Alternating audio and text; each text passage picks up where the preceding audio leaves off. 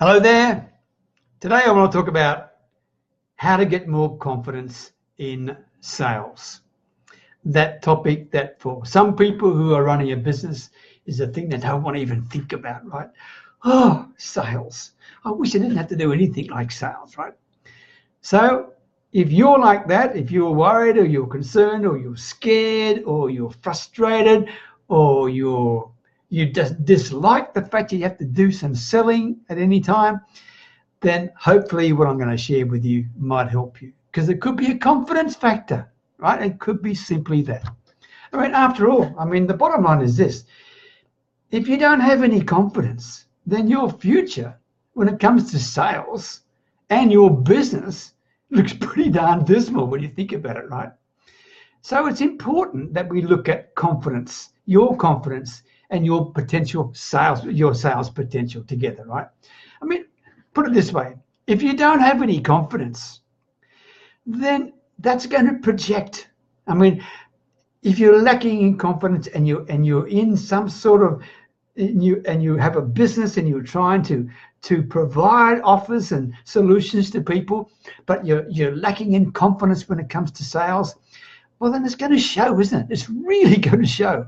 It's going to come out not just in the words that you say, but how you say it, in your body language.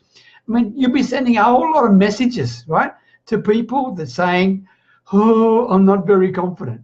And if that's how they're getting that message, and if they're getting the message that they're dealing with someone who's not very confident, right, then they're not going to be very impressed.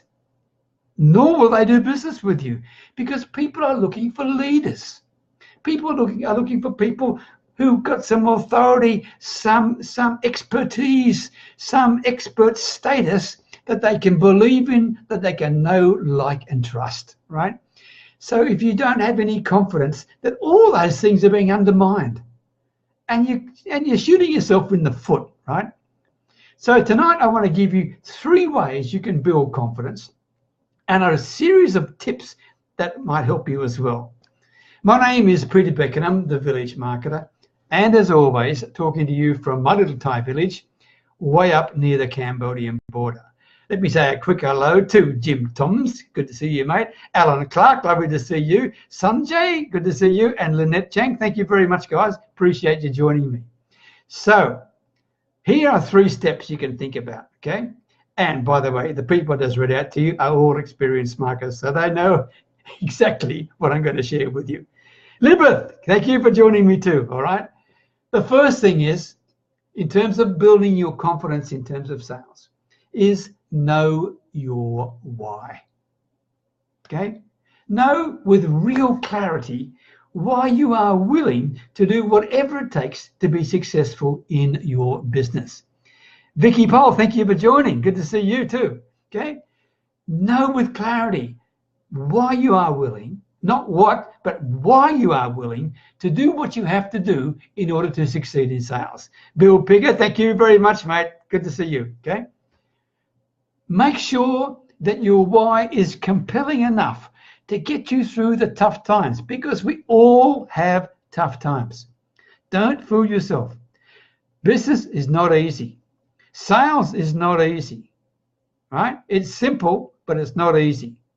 So you need to have a really good why that's standing beside you. So when you pick up the phone to make the darn calls and the first person says no to you, you've got the intestinal fortitude and the belief system and think, okay, that's one, okay, but let's try again.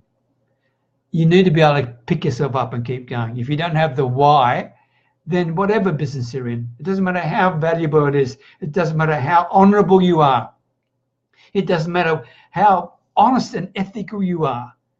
If you do not have the confidence to deliver what you have, then you're not going to get any sales. And if you don't get any sales, then you're not going to have any business. Okay? That's why this is so darn important. All right? Number 2, don't hang around too much. Okay? Just stop hanging around waiting for the right moment for you to get started. Okay, I mean, that's a bit of procrastination when you think about it, in all honesty, right? It is, right? Tell me the truth. That's what you're waiting for, the right moment. Well, you know what? That right moment is never going to happen. You know that, and I know that. That's a little bit of excuse between you and me, but I won't tell anybody, right? What you need to do is this. You need to get off your butt and do it. Face the consequences and do it. And because if you don't do it, you will never build any confidence. I'm going to share with you in a minute why, when you do it and you completely stuff up, is going to help your confidence. Let me come to that in a minute, okay? Because I don't want to scare you, but you will stuff up. We all stuff up. We all make mistakes, right? Please don't think it's an gravy train in a perfect scenario. This is the real world we're in, okay? We all win. And we all lose.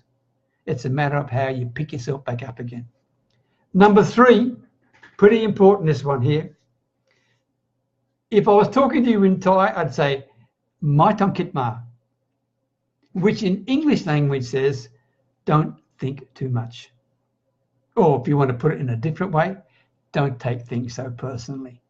If you muck up things, if you really make a complete mess of your presentation and your prospect says, Peter, you're a waste of time, go away, okay? Sure, you feel terrible because you mucked up. But you know what, in a month's time, he's forgotten about it anyway, right? And you've learned from the mistake. You've learned from that and you'll be better for it, okay? Don't think too much. Sure, it's not good at the time because you think, oh, your confidence has been shot to pieces because you've made a mistake, and this is another mistake you've made. Philip, thanks for joining. Thank you very much. And Vicky, good to see you too. I'm glad you're listening to me. Sure, you're making mistakes, and we'll always make mistakes, and we'll make a few more of them, right? But your job is to learn from the mistakes, okay? Learn from them. That's what I'm trying to get you to do. Now, when it comes to sales, most people think one of the reasons they need confidence and one of the reasons that they have a hang up in talking to people is that little word called objections. Now, I want you to take one thing out of your vocabulary. Do not ever, ever say again, you're going to learn how to manage objections. Do not do that. You are not managing objections. Let me share this with you. Objections are people's hopes and fears and doubts and frustrations simply being expressed to you, coming out in all honesty and sharing with you. That's what their objections are. And it may come down to whether they see value in what you have, whether they have the funds to pay for it, whether they have the time to do it. But it's still, that's what it is. It's an expression of doubts and fears and frustrations and things like that, okay? So don't try and manage them. That's not the deal. What you try to do, you encourage that, okay? But then more important than anything else, rather than trying to manage them, you try to help them meet with clarity and confidence what their particular challenges are, what their objections are right now. In other words, you address their objections, not manage them. And you should welcome their objections because they're sharing with you issues right now that they need resolved in order to go to the next step. Because if you don't resolve them, you can't. So your job as a good marketer, right, is to clarify and share confidence with your prospect that they can achieve things working with you. Because to be quite frank with you, that's really what it's all about. It's a sharing of confidence. And as I said earlier, if you don't have confidence, okay, then you're not going to be able to share it, are you? But surely you've got confidence in the offer that you have, in the solution that you can provide, in the value that you can provide, in the belief that you have in what you have to provide. That should give you confidence. If you don't have confidence in that, you should not be in business. You should not be offering for sale the things you are offering for sale because you don't believe in it. I mean, that's fraud, okay? But if you did believe in it, then, and you truly believed in it with all your heart, that this is valuable, and you can see how this could help this person, then that will come out. And that will give you the confidence to move forward. All right? So in other words, to me, when you are lacking in confidence, it's because either you don't believe in what you're doing, or you haven't had enough experiences in terms of success and failures. Now, when you get successes, and successes can be just little small ones. Doesn't matter how big they are. Thanks for the hearts, by the way. It can be just small ones. Nicole Lyons, thank you. And Dilip, thank you. Thank you very much, guys. Good to see you, Nicole. What I'm getting at is this. You celebrate any little success you've got, okay? And successes will build your confidence. It doesn't matter what they are. It'll build your confidence. But only to a certain level. Your real confidence will not come from the successes you've had in life. It wouldn't matter whether it's on the football field, playing marbles in the school ground, or selling some big opportunity to somebody.